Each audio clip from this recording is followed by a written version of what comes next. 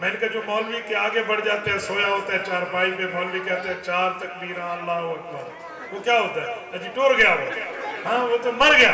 تو میں نے کہا اس لیے مولوی کے آگے نہیں بڑھتے، آگے گئے تو آپ گئے، اس لیے مولوی کے پیچھے چلے، مولوی آپ کو عزت کی زندگی سکھائے گا اور اللہ پاک آپ پہ کرم فضل کرے۔ اور دوسری بات یہ کہتے ہیں مولوی بن گیا تو کلاشنکوف کلچر کو پروموٹ کرے گا، دہشت گرد بن جائے گا۔ بابا پورے ملک میں جتنی دہشت گردی ہوئی ہے اس میں کہیں مولوی کا نام نہیں، نہ کرپشن میں مولوی کا نام ہے، نہ دہشت گردی میں مولوی کا نام۔ مولوی پرامن زندگی گزارتا ہے، پرامن زندگی کے ساتھ رہتا ہے، نہ کسی کو قتل کرتا ہے، نہ دہشت گردی کے معاملات میں پڑتا ہے۔ مولوی تو معاف کرنے والے لوگ ہیں، محبت کرنے والے لوگ ہیں، پیار کرنے والے لوگ ہیں۔ آپ نے علماء کو دیکھا نہیں ہے، آپ علماء کے جتنے قریب آئیں گے اتنے علماء پہ عاشق ہیں۔ یہ بہت نرم لوگ ہیں، معاف کرنا ان لوگوں کے بس میں ہوتا، جتنا زیادہ اتنا کر دیتے ہیں، لیکن لوگ الزام لگاتے ہیں مولوی ایسے۔ میں نے کہا بابا مولوی مدرسے میں بیٹھے تب بھی پرامن ہے، مولوی اپنے حق کے لیے روڈ پہ نکلے تب بھی پرامن۔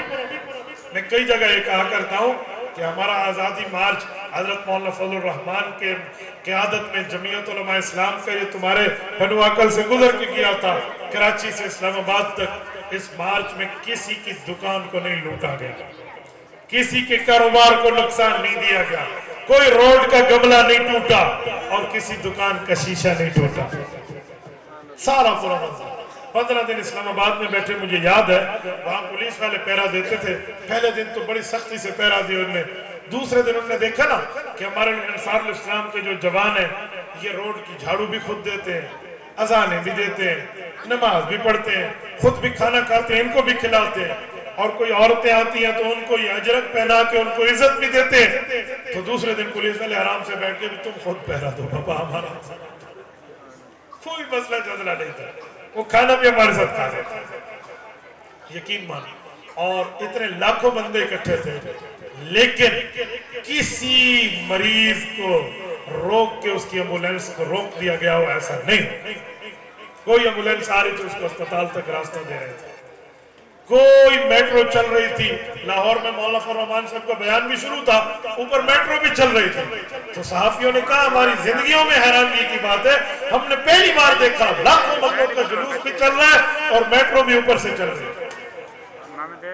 یہ ہوتا ہے احتجاج پرامن۔ 75 سال ہو گئے ہمارے ملک پاکستان کو بنے ہوئے، آج تک کوئی دھرنا دکھا دو، کوئی ملک دکھا دو جس میں کوئی دھرنا دکھا دو، کوئی جلوس دکھا دو جس میں کوئی گولی نہ چلی ہے، یا کوئی باجی نہ آئی ہو یا باجا نہ آئی ہو۔ مولویوں کو چلنا ہے بابا، گولی گولا پروف ہے، باجی باجا پروف ہے، کوئی پرابلم نہیں ہے۔ فی سبیل اللہ معاملہ چل رہا ہے، نعتیں چل رہی تھی، تلاوت چل رہی تھی، درود شریف پڑھا جا رہا ہے۔ ہمارے شیخ و مرشد حضرت مولانا عزیز الرحمن ہزاروی رحمت اللہ تعالیٰ علیہ آتے تھے اور آ کر درود پاک لاکھوں بندوں کو پڑھوا دیتے، 5 منٹ پڑھتے کروڑوں درود بن جاتے تھے۔ تو میرے دوستو یہ تو پرامن لوگ، اور میں نے دیکھا ہے اللہ نے علماء کے اوپر بڑی عزت اور بڑی عظمت کے اوپر سایہ کیا ہوا ہے۔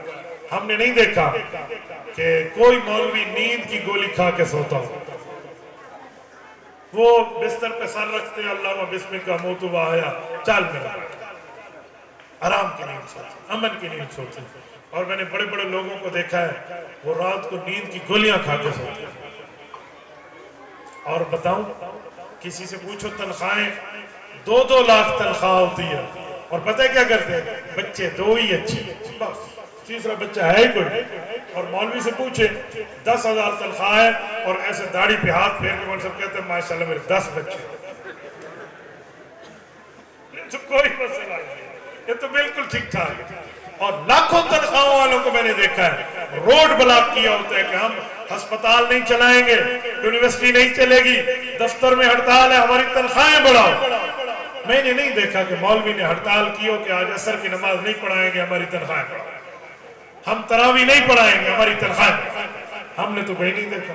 مولوی پھر بھی تراویح بھی پڑھا رہا ہے، تنخواہ بھی لے رہا ہے، نمازیں بھی پڑھا رہا ہے، امن امان سے سارا معاملہ چل رہا ہے۔ سب سے کم تنخواہ مولوی صاحب کی ہوتی اور اس پہ وہ گزارا کر رہا ہے، تو اس سے زیادہ پرامن بندہ آپ کہاں سے کرو۔ اور آخری بات یہ بھی سمجھانے کے طور پہ کہہ دو کہ علماء کے خلاف لوگ بولتے ہیں، اپنے آپ کو نہیں دیکھتے۔ میرے ایک شاگرد ہے، میں ان کی مسجد میں تقریر کرنے گیا، جیسے حضرت مولانا بیٹھے ہیں نا امداداللہ صاحب، ویسے وہ ساتھ بیٹھے تھے. کسی نے پرچی بھیجی اور اوپر لکھا ہوا تھا اس مولوی صاحب نے ٹی وی دیکھی ہے، میچ دیکھا ہے ٹی وی پہ، اس کے پیچھے نماز ہوتی ہے یا نہیں ہوتی؟ تو میں نے اس کو دیکھا نا تو وہ ہنسنے لگ گیا. تو مجھے سمجھ آ گیا مولوی صاحب نے دیکھا ہے.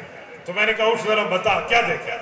اس نے کہا استاد جی پاکستان اور انڈیا کا میچ لگا ہوا تھا، دیہات میں ہوٹل کے اوپر ساری بستی والے دیکھ رہے تھے، پورا گوٹھ جمع تھا. تو میں جو گزرا تو میں بھی تو پاکستانی ہوں، تو میں بھی 5 منٹ دیکھنے ٹھہر گیا. تو چھکے چوکے چل رہے تھے، میں نے بھی اب لوگوں نے جو مجھے دیکھا کہ چائے بھی پی رہا ہے اور میچ بھی دیکھ رہا ہوں، تو سب کہتے ہیں تیرے پیچھے نماز نہیں ہوتی. تو میں کیا کروں؟ تو میں نے لوگوں کو کہا کہ تم نے بھی دیکھا ہے؟ انہوں نے کہا جی ہاں. تو میں نے کہا پھر تمہاری ہوتی ہے. میچ دیکھنے والے مقتدی کی، میچ دیکھنے والے امام کے پیچھے نماز ہوتی ہے. میں نے کہا تمہارے گھر میں ٹی وی ہے؟ کہتے جی ہاں. تو میں نے کہا پھر ٹی وی دیکھنے والے مقتدی کی، ٹی وی دیکھنے والے امام کے پیچھے نماز ہوتی ہے. تم نے مولوی کو عجیب سمجھ رکھا ہے، وہ بھی بیچارہ انسان ہے، کبھی کوئی غلطی کر لے اس کے سر پہ چڑھ جاتا ہے. ہاں مخاص ہے مولوی صاحب نے ایسے کیا. تو خدا کے بندے 100 باتیں تم کر لو وہ خیر ہے، اور مولوی صاحب بیچارہ ایک بات کر لے اس کو پھر بھی پکڑ لیتے ہیں. علماء انسان ہوتے ہیں بھائی، تو انسانوں کو انسانوں والا معاملہ رکھا کرو. اس لیے ایسا کوئی معاملہ نہیں ہے جس معاملے پہ لوگ پتہ نہیں کہاں سے کیا معاملات بنا دیتے ہیں. اس لیے اس معاملات کو سمجھا کریں. اللہ آپ کو رحم صراط مستقیم عطا فرمائے، دین حنیف دین اسلام کے عمل کی توفیق عطا فرمائے. السلام علیکم حضرت، ہمارے سندھ میں جانوروں میں لوگ بیج رکھواتے ہیں، کیا وہ رکھنا جائز ہے؟ اس کی قربانی ہوگی؟ مجھے تمہاری سندھ کی ثقافت کے بارے میں نہیں پتا. یہ آپ بیج رکھوانے والے معاملات قریبی علماء سے پوچھیں جو ان معاملات کو جانتے ہیں، وہ بتائیں گے. حضرت جمعیت طلبہ اسلام کی بنیاد کیوں ڈالا گیا؟ نہیں بابا، کیوں ڈالی گئی؟ جمعیت طلبہ اسلام کی بنیاد کا مقصد جو ہے وہ صرف ایک ہی ہے کہ جس طرح عوام میں کام کیا جاتا ہے تو اسٹوڈنٹ فیڈریشن جو ہوتی ہے، جو اسکول میں، کالجز میں، یونیورسٹیز لیول تک، یہ آئین پاکستان میں درج ہے کہ اسٹوڈنٹ فیڈریشن کی پرمیشن ہے. تو جہاں student federation, people student federation ہے، مسلم لیگ اسٹوڈنٹ فیڈریشن ہے، یا باقی طلبہ کی اسٹوڈنٹ فیڈریشن ہے، تو وہاں علماء نے بھی اپنی اسٹوڈنٹ فیڈریشن رکھ دی. اس میں کون سا معاملہ ہے؟ تو اس لیے ہم چاہتے ہیں کہ طلبہ میں بھی یہ بات رہے، لیکن چھٹیوں کی حد تک، جہاں چھٹیاں ہوگی طلبہ یہ کام کریں گے. پڑھائی کے ٹائم میں تو اپنی پڑھائی کریں گے، پڑھائی کے ٹائم میں کوئی طالب علموں کو نہیں چھیڑا جائے گا. جزاکم اللہ تعالی.